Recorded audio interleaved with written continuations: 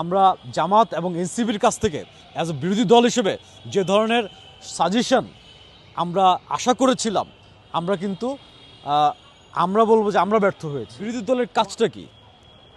আমাদের একটা 17 বছরের একটা আপনার ঐতিহাসিক একটা ফেসিজম, ঐতিহাসিক একটা হচ্ছে আপনার লক্ষ লক্ষ কোটি টাকা দেশ থেকে পাচার হয়ে গেছে। এই দেশটাকে আমরা কিভাবে পুনর্গঠন করতে পারি, এটা আমাদের মূল এজেন্ডা হওয়া উচিত।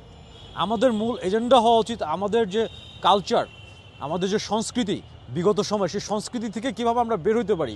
কিন্তু আমরা যখন বারবার বলি হচ্ছে নতুন বন্দোবস্তের কথা, তারা যখন নতুন বন্দোবস্তের কথা বলে কিন্তু তারা সেই পুরনো বন্দোবস্তে ফিরে যায়। কিন্তু বাংলাদেশ জাতীয়তাবাদী দল বারবার প্রমাণ করেছে, শুধু কথায় না কাজে, যে তারা আমাদের নেতা তারুণ্যের প্রতিনিধি জনাব তারেক রহমান মাননীয় প্রধানমন্ত্রী, সে বারবার প্রমাণ করেছে যে নতুন বন্দোবস্তের রাজনীতি কেমন হওয়া উচিত। আপনারা দেখেছেন যে বিভিন্ন যে তার পরিকল্পনা, বিভিন্ন সিদ্ধান্ত, এগুলো কিন্তু ইতিমধ্যে কিন্তু একদম উপর থেকে তৃণমূল পর্যন্ত মানুষ কিন্তু সেটাকে অ্যাপ্রিসিয়েট করছে।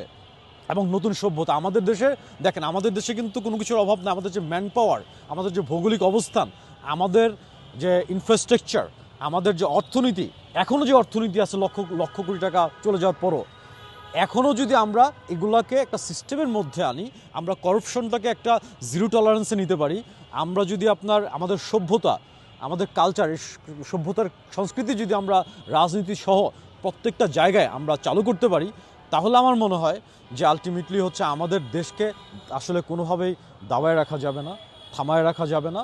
কিন্তু আমরা জামাত এবং এনসিপির কাছ থেকে অ্যাজ এ বিরোধী দল হিসেবে যে ধরনের সাজেশন আমরা আশা করেছিলাম, আমরা কিন্তু আমরা বলবো যে আমরা ব্যর্থ হয়েছি এবং আমরা ব্যথিত হয়েছি।